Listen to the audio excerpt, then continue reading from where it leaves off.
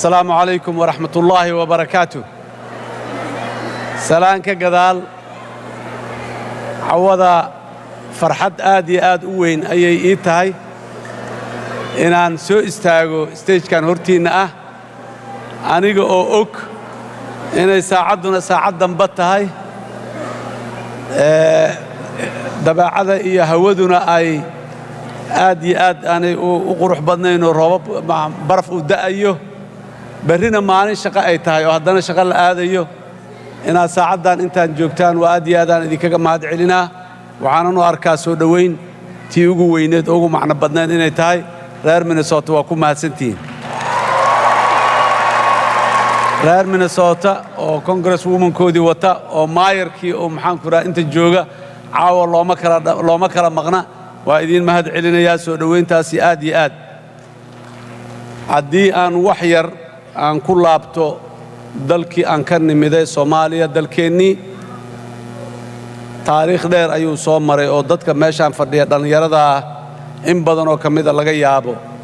in aanay soo dhax taagnayn muddooyinka ay dhacayeen laakiin waa ku faraxsanahay haddana odayaal badan akhyaar badan in ay joogaan Soomaaliya intii ay wax dhacayeen maalin walba soo dhax taagnaay ama u soo taagnaay oo aan anigu kamid ahay Soomaaliya waxay soo martay waddo dheer waddadaas dheer waa laga yaabaa ummadaha taariikhdooda muga dib loo eego waddo in la soo maro ay fiicneed inay tahay dadka qaarkiis waa u mareen waddo xanuun badan oo dhib badan oo ummadda tiihay gashay la yiraa laakiin nolosha wax kasta oo ku soo qaabilaba cashar laga barta ayay leeyihiin عشرة بدنا كبرناي دولة نمدني هي تاريخ ذي هراء أيان دب وجنقنا أو أن دب وأجن حاجة وضدوا كسو قلعتي أيان إن دب وفكرون دب وأجنو أي نبر وأيه نبرين عرب أورا ريال سوماليا دتك سوماليات وحكسو أو أمضي أيلاده الدنيا waxaa la yiraahdaa dawlad laba si ah loo dhistaa dad dawlad waxay u dhistaan wax ay leeyihiin oo ka dhaxeeyo oo ay wada leeyihiin ajiro waxaas inay u ilaaliso dawladdu dadna wax ka dhaxeeya ma qabaan waxay dawladdu dhistaan wax ka dhaxeeya inay u samayso United States of America kamida dad caalamka oo dhan ka yimiday duruufo sida annaga asbaabta adikaad inta u timaadeen oo kale u yimiday laga yaabo qarniyaal ka hor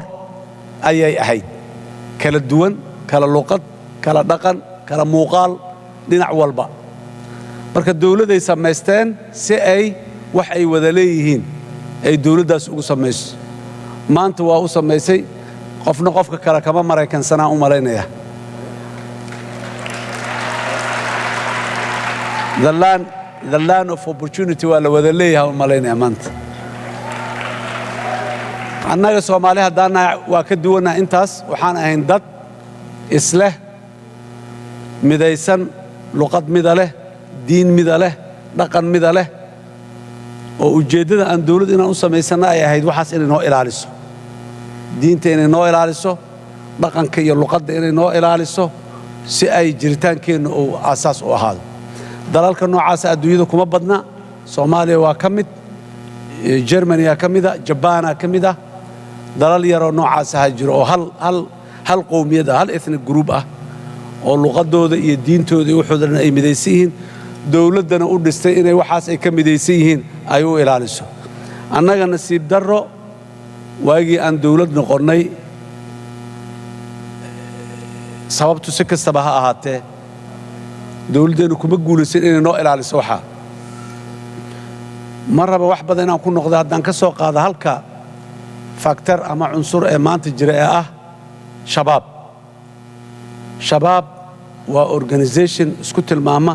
inay ku salaysan yihiin caqiido faith based inay yihiin faithkuna waa maxay waa Islam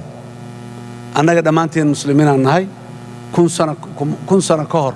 ayaan muslimiin ahayn oo noqonnay sunniyiin aan nahay shiica ma qabno xataa shaaficiyiin aan nahay afarta madhabood hal midaan ku midaysannahayo waayahan dambe in kasta oo dawladdu marka waxay ahayday waajibkeedii ugu horreeyey inay ilaaliso diinta inay ilaaliso waad og tihiin diinta dadka iska lahaa dawladnimada tii dimuqraadiyadda aheedoo 9 sano kacaankii iskaba sii dhaaf shuuciga noqday hadda intii ka dambaysana fawdo kalaan ku jirnay maxaa dhacda marka diintii meel daleel oo bannaan oo qof walba meel ka soo galo koox walbo ajanda yar wada tahay ay magaca diin waa dadka Soomaaliyeed waa hal ethnic group waaye laakiin haddana waa kala qaybsannahay qabiilaan usii kala qaybsannaha Soomaa qabiilna laguma wada kici karo hal qabiil oo inta naloo sheego Soomaaliya oo dhan ay u wada istaagaysaa ma jiro kunka qabiil oo aan nahayna laguma wada kici karo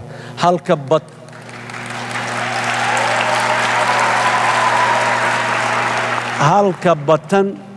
ee haddiina laga riixo aan wada kaceenno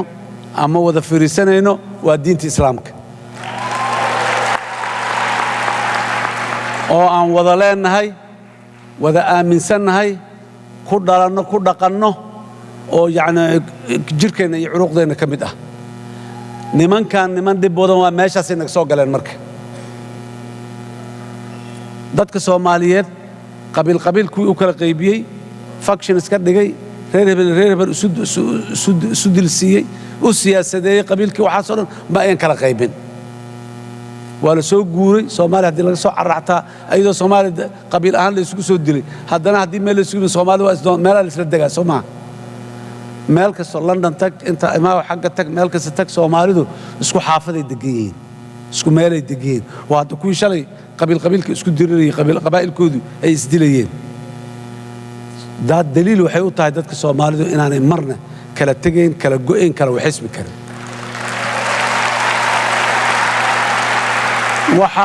waxa isku haya oo aanay u kala tegi karin waa diinta islaamka waay nimankan khawaarijta ah meeshay waa fikireen waxay arkeen ummaddan sidee u qabsataan meesha kaliya laga geli karo dariiqa isugu wada furaayo dhex maraayo kaa waay meesha diintay naga soo galeen laakiin waqti kastaa nugu qaadatee hadda maanta waa la fahmay waa lala caatifooday diinay wadaan shareecaday dhaqan gelinayaan maxaan ku idhahdaa xuduudday oogayaan ee maxaan ku idhahdaa intay ka dhacayaan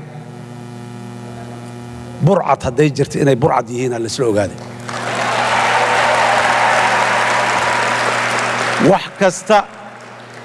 wax kasta oo diinta ay xaaraantinimaysay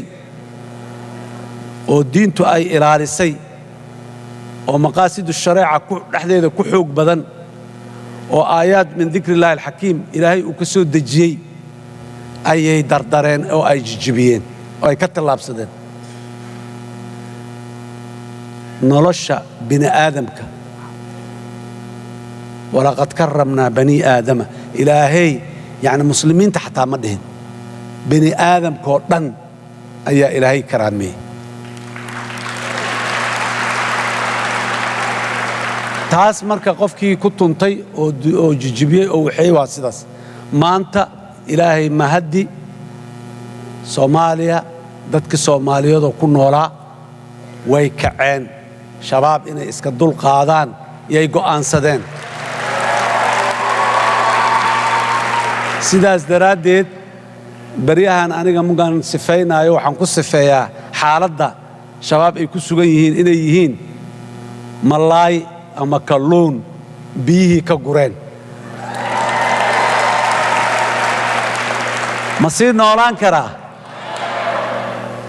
malaay ama kalluun biyihii ka gureen ma sii noolaan karaa shabaab marka waa history waa dhammaadeen waa dhammaatay sheekadooda ma haddaas iyo muxuu awooddaas iyo powerkaas yaa iska leh dadka Soomaaliyeed dadka ilaahay yaa iska leh awoodoo dhan laakiin ficilkan saas duruuftaas shabaab waxaa ku keeno ilaahayna sabab uga dhigay dulmiga ay sameeyeen awgeed waa dadka Soomaaliyeed biyaha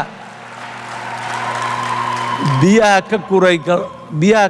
ka guray kalluunka waa dadka Soomaaliyeed ayagaa dhahay enough is enough maanta marka meeshaas uu taagan yahay kala carar gabasho dhulka meeshii howda isku ilaali meeshii maxaan ku iraadaaye miro la cunala iyo isku ilaali inayna isu soco karin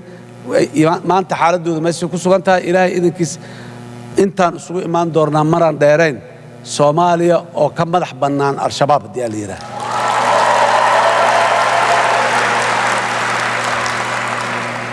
Soomaaliyadaas waaye markaasaan u soo jeesanaynaa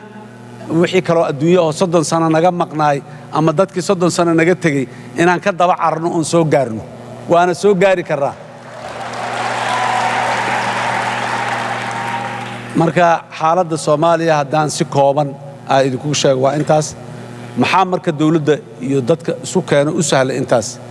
Soomaaliya siyaasad dawladda Soomaaliyeed ay leedahay oo shaamil oo kaamil oo dhameystiran oo shabaab dalka in looga bixiyo loo habeeyay ma jiri jirin sidaas daraadeed mashruuca la dagaalanka al-shabaab 15 sano la soo dhaafay badana dadka saaxiibada ah oo dibadda nooga yimid oo na kaalmeeyo ayaa daraaf gareynaya oo waday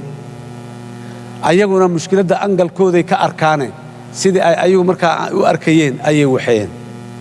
siyaasadda shabaab lagula diriraayo ee jiri jirtay waxay ahayd labo mid waxay ahayd war balaayadan Soomaaliya ka soo dhax iftay yaani nagu soo bixin xuduudaha ka soo gudbina meesheeda lagu celiyo containment policy alira shabaab yaanu spill over samaynin oo dalalkan dariska ah degan iyo dalalka fog ee inta ay ka mid tahay Yurub yaanu u hayaamin oo gaarsiinin fikirkiisa argagaxiisa bal meeshan aan ku celino intaan xal uga heleen containment policy la jira containment policy Soomaaliya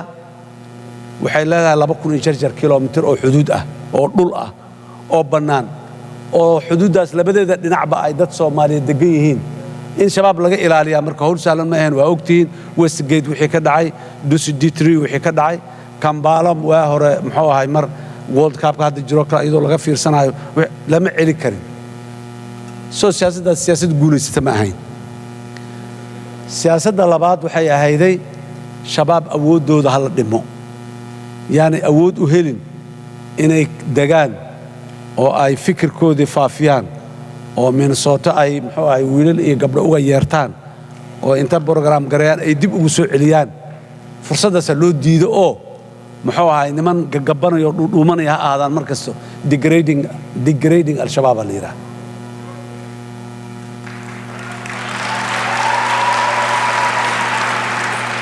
madaxdooda hal target gareeyo xiriyaha tababarkooda hal target gareeyo warshadaha ay qaraxyada ku dhisaan ku sameeyaan hal target gareeyo siyaasaddaas siyaasad fiican oo tii hore ka fiican ay ahayd labadaas siyaasadoodna waxay ka koobnaayeen ay lahaayeen hal one variable oo la yiraahdo military based ay ahaayeen both policies annaga marka waa fikirnay dooda dhaadheer discussions badan Soomaaliya gudaheeda dibaddeeda dadka gudaha jooga dadka dibadda jooga waa la iswarsaday sidaan si ma ah 15 sano 16 sano ma sii joogi karo maxaan sameynaa markii dambe siyaasad cusman annaga la soo degnay bannaanka intaan joognay oo aanan imaanin yaan ka soo fikirnay annagoo package wadanaan nimid xafiiska waxa siyaasaddaasi waxay ku taagan tahay 3 tiir waa kii hore u soo jiray oo hadda aan ka sheekeynay oo militariga ahaa containment-igi iyo wixii ma aha laakiin waa military tiirkaas inuu jiro la sii xoojiyo waa qodob hal tiir waay tiirka labaad waxay nimankaan dadka maxay ku haystaan dadka waxay ku haystaan aqeedadii iyo diinta islaamka ku haystaan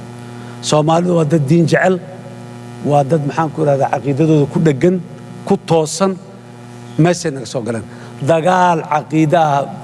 fikir aan la galno nimankan go'aanka labaad tiirka labaad oo dagaalka ama frontiga labaad oo dagaalka la furo waxay ahayd dagaal aqeedo inaan la galno nimankan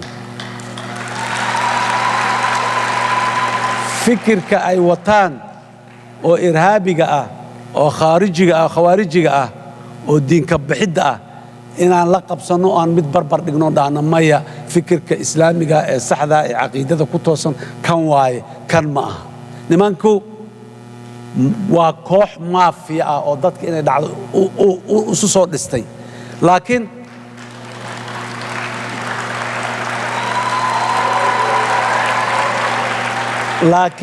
waxay soo hugsadeen blanket ama kubeerto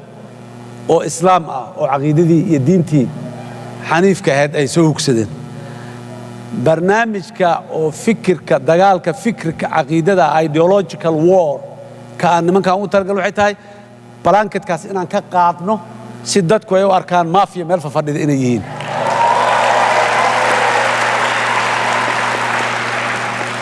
dadka Soomaaliyeed guud ahaan mahad ka gaarto gaar ahaan culimada Soomaaliyeed meel kastoo ay joogaan dal iyo dibadba mahad buuxda ha ka gaarto ilaahayna ajri xasanaad ka siiyo codkaasi ayaga la soo istaagay banaanka oo yiri nimankan waxay wadaan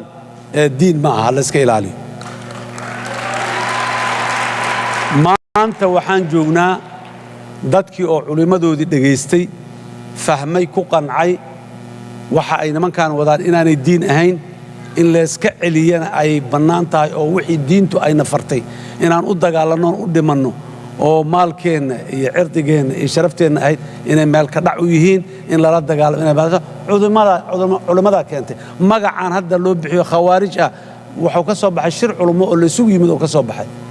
khawaarij waa maxay khaarij can addiin yacni diintoo bannaanka ka istaaga qofkaas waa ka baxay dhaqankiisuuna uga baxay iyo dabeecad afkaa ka sheega hadduu doono laakiin ficilada ayay uga baxeen nimankii marka meeshaasay maanta taagan yihiin aad iyo aad ayay culimmadeennu dadaal badan u galeen waad og tihiin nooma qarsoona culimmadeennu lafsadeeda waxyaabo badan oo lagu kala duwan yahay jiro ma aha waxa lagu kala duwan yahay aasaas ma aha waa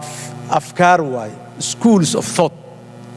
يعني سلفيان هاي إخوانان هاي صوفيان هاي محانكو إراداي ده يونيم وده ما أنت وحنا يسنا علماء السلاس هذا ضمهم مذيسن وهل مال وظف ده وهل محانكو إراداي فتوى إسلاس وصاريس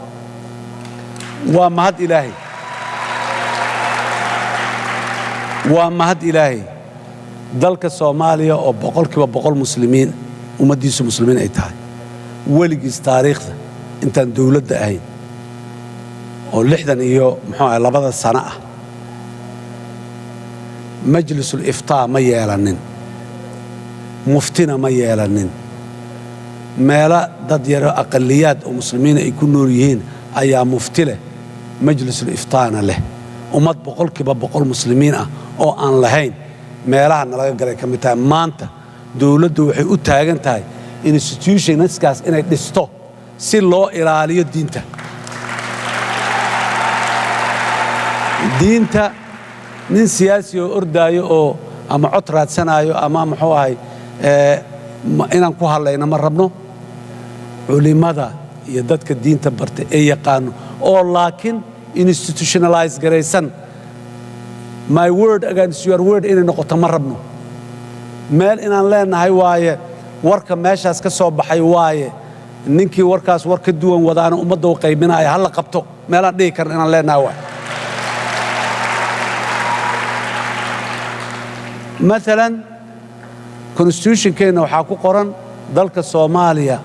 qaanuun shariicada ka hor imaanayahay kama dhaqan geli karo waa constitutional issue mas'alada maxay tahay laakiin yaa ilaalinaya yaa dhahayo qaanuunkan compatible oo shariicada leeyahay ilama aha yaa dhahayo Sheekh Ali Sheekh Jaamac Sheekh Ali Sow oo mid walba hadduu doono meel kale uu sheeganayo maya institution dhisan culimadu iyo dadka Soomaaliyeed ay doorteen sharci leh degan meel la yaqaano nidaam uu ku shaqeeyo iyo nidaam uu codeeyo iyo nidaam uu fatwada u soo saaray iyo nidaam uu waxeeyo leh oo qaanuun marka la soo daraaf gareeyo loo geeyay la yiraahdo haye qaanuunkaani muxuu ahay ma ku yahay shariicada muxuu ahay ma ku yahay compliant ma ku yahay la yiraahdo haa markay soo yiraahdaan qaanuunkaas markaas la sharciyo qaanuun dalka iyo dadka lagu xukumo laga dhigo wuxuu aanay naga noqon af iyo maxaan ku iraahdaa waa jecna marka institutionska sadabkiisu waa socdaa dhawaan ilaahay idankiis shir aad iyo aad u ballaaran ayaa magaalada muqdisho ku qabsoomi doona oo culimada Soomaaliyeed dhan dal iyo dibad laga wada marti qaaday isaga imaan doonaan oo ay maxay amuurahaas uga hadli doonaan iyo dhismaha institutionkaas ay uga hadli doonaan dawladdu inta meel fadhiisato institutionka waa kaasa waa soo go'aamay dawladda idin dhista la dhihi maayo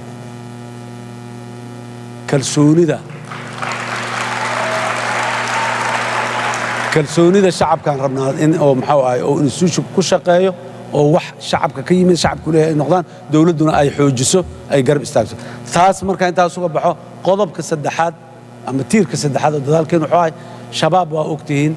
miyiga Soomaaliya oo dhan inta badan marka laga reebo maxaa ahay dhulalka qaarkood ayaga haysteen dadka Soomaaliyeedna badankooda miyiga ku nool yihiin boqolkiiba 60-70 dadka Soomaalida miyiga ku nool yihiin dadkaas dadkii haysta marka lacagta ay ka gura karaan mar waa zaka ay yiraahdaan mar waa tabarucaat jihaad ay yiraahdaan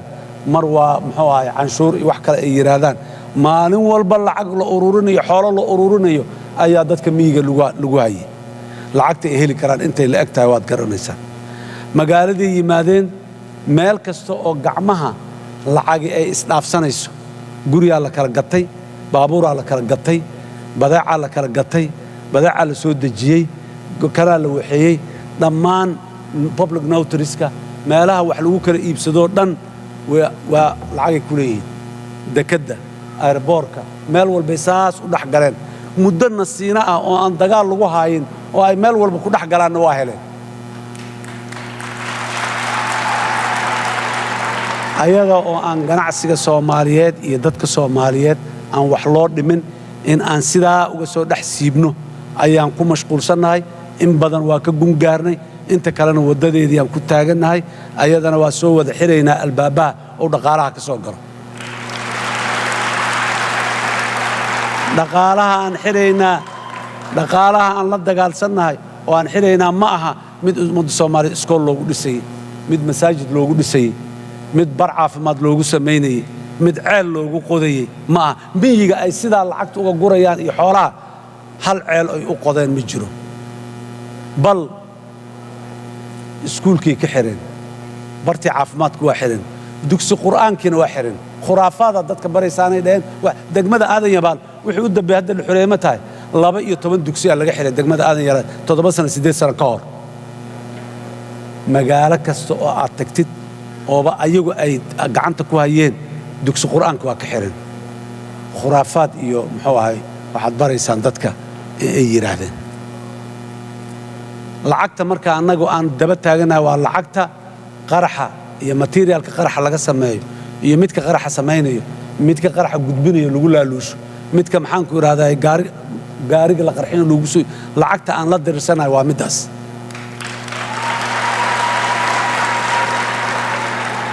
waana soo xireynaa tubooyinkaas insha Allah mardhow intaas marka waa la dagaalankii al-shabaab duruufta shabaab maanta uu ku sugayaan sidaas aan sheegnay Soomaaliya noocee aan rabnaa marka post shabaab gadaashiis Soomaaliya noocee aan rabnaa inaan aragno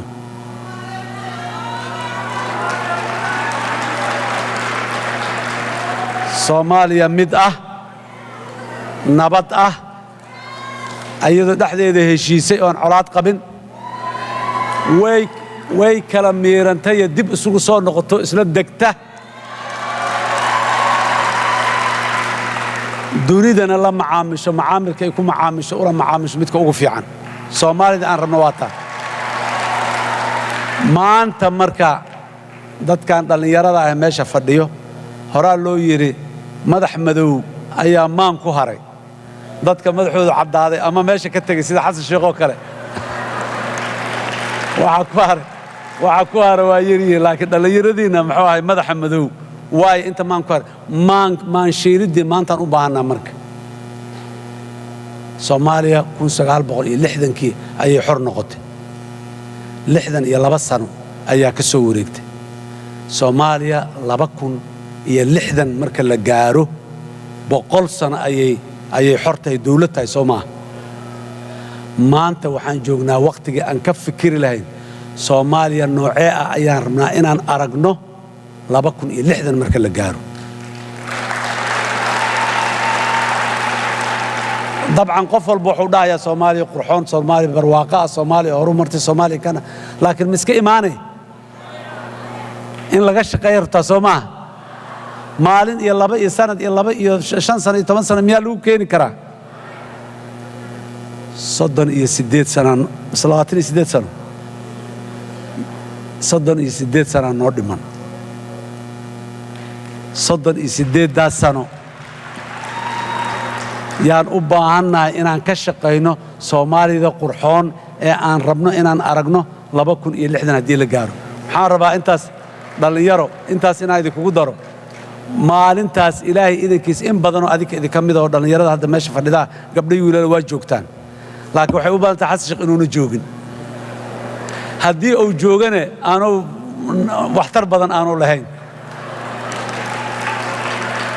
laakiin waa idinka waaye kuwa jooga oo maalintaas ama aniga da'dayda maanta oo kale jooga ama iga sii yar xataa qaarkiin, laana 20 sano jirtaan 38 sano hadda ka bacdi ah 50 iyo jarjaraa jirtaa, weli waa dhalin yar tahay.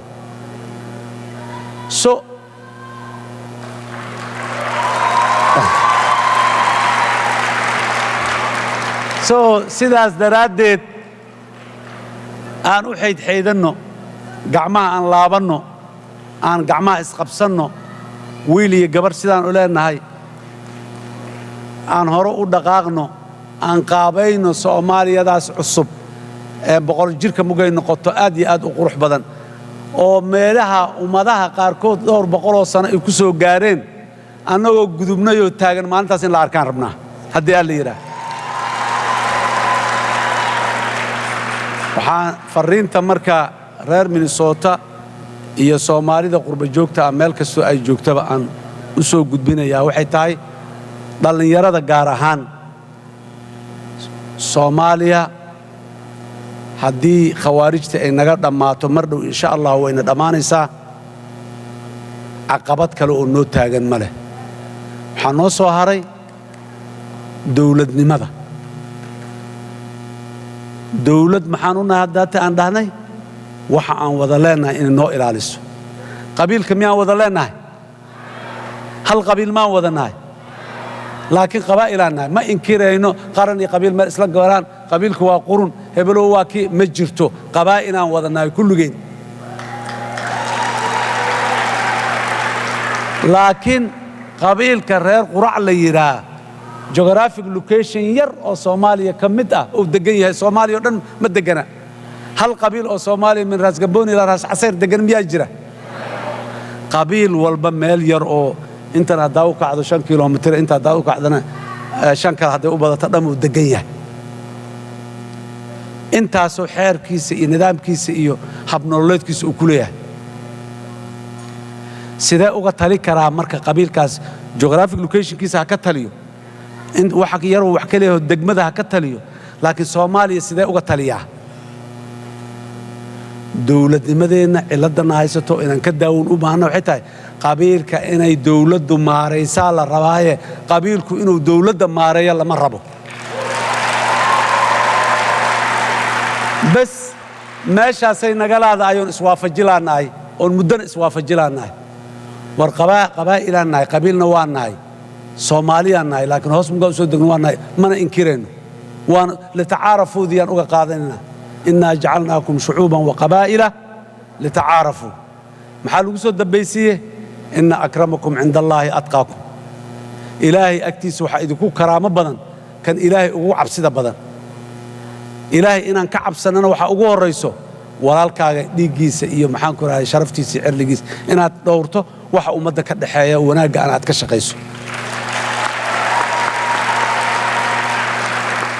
waxaan rabnaa marka dawladnimadu in ay qabiilka maareysaan rabnaa, dawladnimadu inay diinta maareysaan rabnaa. diintu waa caqiido, waa nagu jirtaa, waa annagay nagu abuurantaa, waa ku dhalannay, waa ku dhaqannay, laakiin in la hagaajiyo. صح ميا إن دكس قرآن كقرنيال كور سيدي وحلوجو برجر لوجو برتو حكمة دي عربي قاعد محية هذه cunuga yarka ah maskaxdiisa waxa cunuga yarka maskaxdiisa waxa loo sheego waa sida naqshad lagu qoray dhagaxana haddaad inta qaadato aad naqshad ku qorto miyay ba'aysaa weligeed lagu tarbiyeeyo lagu ababiyo waa sidaasoo kale hadduu 100 sano gaar xataa maskaxdiisa ka tirmi mayso ka bi'i mayso meeshii sidaas ahayday oo annaga hadda iskuulaadan geysanay muxuu ahaay kindergarten la leeyahay iyo adduunyaan geynay kindergartenka inuu dugsi quraanka inuu noo noqday ahayd kindergartenka maxaa lagu bartaa sida loo fariisto dadka sida loo salaamo cunuga qalinka sida loo qabsado yaa la baraa soo maaha meel ugu habboon oo aan ku bari lahayn cunugeenna intaas dugsi quraanka miyaa jirta laakiin maxaan u baahannahay modernization dugsi quraanka inaan casriyeyno macallinka in la tababaro ul dheer inta qaato un ilmaha inta dhex taagnaado un maantoona aanu garaacin soomaalidu waa violent waa dagaalyahamiin hadda meeshaasaa dagaalka nalooga soo bilaabay 4 jir 5 jir markaan nahayaaba xanuunku iyo wuxuu yahay ayaa naloogu bilaabay marka inaan waa ku soo kornay marka waxaan u baahannahay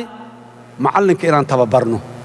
sida ugu fiican ee qofka bini'aadamka ah ee cunuga wax loo baro farsamooyinka wax lagu barto oo dhan inaan barno macallinka oo macallinka noloshiisa la damaanad qaado ma aha in dugsi quraanka community-ga iskale meel kastoo joogo wuxuu ku guulaysto ku baabi'i waayana waa in community dadku inuu leeyahay lahaanshahaas dadku ay leeyihiin dawladda inay ka qaaddo ma aha saxna ma aha kamana qaadayso laakiin dawladdu way u kabaysaa waxyaabaha dadku aanay sii karin dugsiga ayay siinay sharciyaday siinay systemka waxbarashada ee dalkoo jiray ka mid dhigay macallinkii waa la tababaraa meesha oo dugsi quraan ku yaalla meel nadiifa oo hagaagsan oo guri fiicana oo musqulihiisii leh oo muxuu masaajidka lagu dukanayo cunug ku dukan karo in loo dhiso loo habeeyo jidka dhexdiisa inuu ku yaallo ma aha dalkeenna 60 sanoon dawlad ahayn 30 sano waaba duruufahan gaarka aan ku jirnay 30 sano ka horreysay 22 kacaanka iyo 9 sano ka horreysay 30 sano masaajid dawladdu ay dhistay meeluu ku yaallo qof sheegi karta ma jirto 4 rukun iyo masaajidka cabdiqaadir iyo oo qarniyaal ka hor ahaayo ayuuna dadka Soomaaliyeed dhisano la dhaxlo dawladdu ha maamushay waa gooni iyo masaajidka sabahaysiga islaamku asigana sidoo noogu yimid cidii noo dhista la garanayo masaajidda dalkeena ku yaalo dhan dadka dhisto sidaas daraadeed masaajid yar yar baabuurka meel lagu baarkan gareysta aan lahayn garden aan lahayn kan aan lahayn u badan yihiin masaajidda hadda idinku aad dhisateen ee Minnesota idinku yaallo sida u yaalna waad arkaysaa nidaamka u sameeyay yihiin qofkii yimid oo baabuurkiis meel ku baarkan gareysta leh library leh meel maxaan ku iraadaayay wax lagu barta leh meel haddii qaarkood marti hadday timaado la deji kara leh ma qabna annaga nusboos qof sadaqaysta Soomaali ah ama hay'ad ay lacag soo dhiibtay bannaanka ka timid ay waaye laakiin dalka Soomaaliya maxaa ku yaallo masaajid talyaaniga oo dhisaya ku yaal masjidka talyaaniga la yiraahdo meelo badan ku yaalaan magaalada Muqdisho xaafadda Boondheer cidii degan waa ku yaalaa magaalada Buuloburto ku yaalaa magaalada Baydhabo ku yaalaa masaajid talyaaniga dhisay laakiin dawladeennii masaajid ma dhisin dugsi quraanka marka magaalada la cabiraayo city planning loo sameeyo meel uma sameeyno iskoolka meel uu leeyahay suuqa meel uu leeyahay police station meel loo reebaa maxaan ku yiraahdaa maxkamadda meel loo reebaa dhammaan heeda muxuu wasaaradda maaliyadda bangiga kulli dhul loo reebaa marka dhul cusub la cabiraayo dugsi quraanka dhul looma reebo sidaas daraadeed masaajidka dhul looma reebo sidaas daraadeed dugsi quraanka jidku ku dhex dhisan yahay ama dhul qof oo tabarucay oo sadaqaystay ku dhisan yahay aniga waxaan u soo taagnay xaafadda Madiina ee magaalada Muqdisho markii la cabiraay masaajidka iyo dugsiga boos looma reebin Allah u naxariisto ajri xasanaad badan Allah ka siiya Xaaji Ibraahim uun laaye ayaa inta yimiday suuqa dadkii meel carra oo bacaad oo dadku aanay jeclayn oo dadka ka iibiyo dhulku ka iibsaday masaajidka ugu weyn ugu horeeyo Madiina laga dhiso masaajidka uun laaye liira suuqa weyn oo Madiina agtiisa ku yaala saasuu ku yimiday dawladda laakiin dhul bacaad oo bannaano cidlaha u ahay meel kasta dhul weyn inta laga oodo masaajidkii meesha ha laga dhiso dadkuba ha dhisaa dawladda hadday intuu calaamiso dadka Soomaaliyeed inta masaajidda laga rabaa masaajid ha laga dhisaa hadii la yiraahdo dadku waa dhisi lahayn waa jecel yihiin masaajid inay wax ku darsadaan masaajid la dhisaayo haddii la arkaa la ii soo sheego muxuu ahay caasho ay leedahay meel ay ka saro lacag ku haysaa masaajidka inay ku darsatay rabtaa aad iyo aad ayaan waqtiga u dheeraaday waqti dambena waa la joogaa aad iyo aad u mahadsantahay waxaan leeyahay Soomaaliya cusub oo waa cusub u bariyay sida adduunyaduba ay isu soo badbadalaysay ayaan anaguna isu badbadalaynaa Soomaaliya cusub aan la imaanaynaa haddaan ka fikiraynaa Soomaalida sida ay kaanayso naqshadeedan samaynaynaa waa daba kaceynaa ilaa meesha u dambaysa aan jecelnahay inaan gaarna haddii alla yiraahdo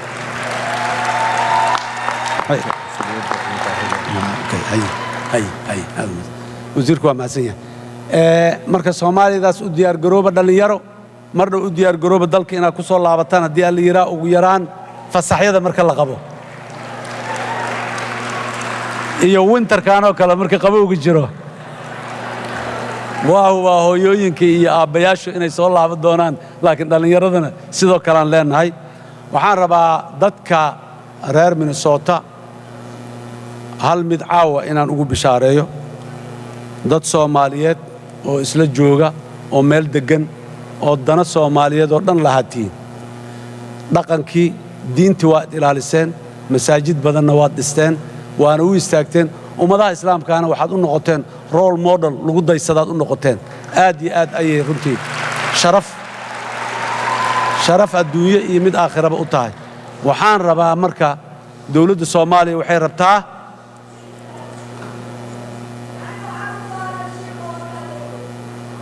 waa lagu weydiinaa wax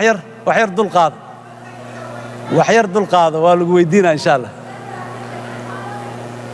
haye waa la wadaa haye waa mahadsantahay waxaan rabaa reer Minnesota inaan caawa ugu bishaareeyo qunsuliyad Soomaaliyeed ayaa laga furaa Minnesota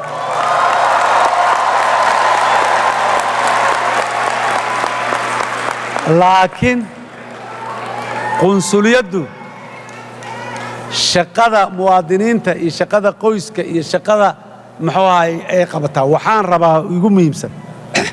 waa laga yaabaa qaarkiin inaan markii la yiraahdo qunsuliyada la furaa baasaboorka meel aan ka cusboonaysanana weyne iyo warqadda dhalashada meel muxuu ahay laga waxyaaba nagu dheeraatay iyo muxuu ahay safaaraddeena DC degan oo 2 bilood ama 3 bilood dad soo dirtay iyo qunsuliyaddan dabcan safaaradday ka tirsan tahay laakiin maxaan rabaa aniga midaan marka codsanaa dawladdiina waa tabar darantaa waa ogtiin horta qunsuliyadda in laga shaqeeyo la dhiso dhul loo yeelo loo kireeyo laga shaqeeyo waa kow dhul yaroo 2 qoloo 2 wiil iyo 2 gabdhood ay fadhiyaan ma aha dhul weyn oo barxad bannaan leh oo carruurta la isugu keeno maalinta sabtiga iyo axadda isugu yimaadaan xafladaha 1 Juulaay la qabo iyo meelaha la qabo dhan la isugu yimaado hadday suurtagal tahay muxuu ahay xaflado kale iyo ummadaha kale lagu marti qaadi karo oo la tusi karo calanka Soomaaliya uu ka taagan yahay inay noqotaan rabaa dawladdu ha tabar yaraato hadday doonto ee wixii karaankeeda ay la imaanay inta kalena reer Minnesota laga rabaa ma ballan qaadeen ما شاء الله الله إذن كرامي وما ستين قنصلية Minnesota بس معها magaalooyin dhan ayaa community Soomaaliyeed oo kasto oo number fiican ma ay degan yihiin waa laga furaa Columbus ayaa laga furi doonaa laakiin hal mar ma wada furi doonaa ma wada furi karnaa waa kala hormar siinayna laakiin markii Minnesota laga furay macnaha ma in meelaha kale la iloobay ma ayagana waa laga furi doonaa hadii la yiraahdo fariintaasna aan laga gaarsiiyo mar kale waa idin mahad celinaa aad iyo aad u mahadsantihiin Allah idin sharfo waa sharafteen ilaahay idinkiis waa guuleysanaynaa wassalaamu calaykum waraxmatullaahi wabarakaatuh